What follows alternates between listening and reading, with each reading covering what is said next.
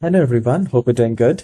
In this video, you will learn how to find your router IP address in Windows 10, 11 or any version of Windows.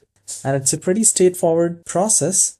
So let's go ahead and do that. So in the search icon, type CMD and then run as a administrator. It will ask you to say yes.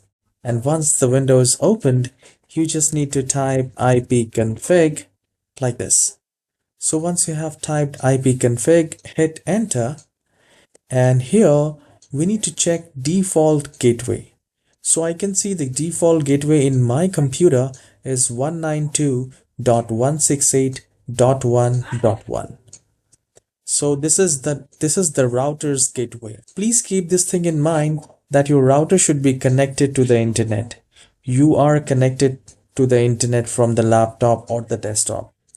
So this is the first scenario, that your computer is connected and you want to know the router IP address. So here we go.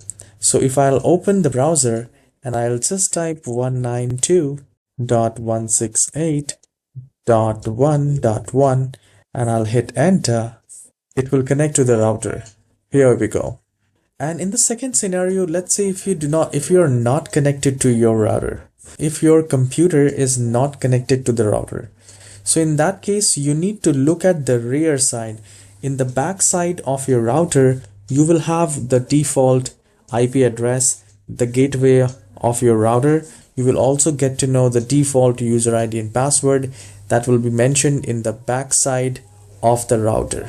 These are the two methods through which you can check the IP address. Please let me know if you have further queries. Leave a comment below and please hit the like and subscribe. I'll see you in the next video. Have a wonderful day.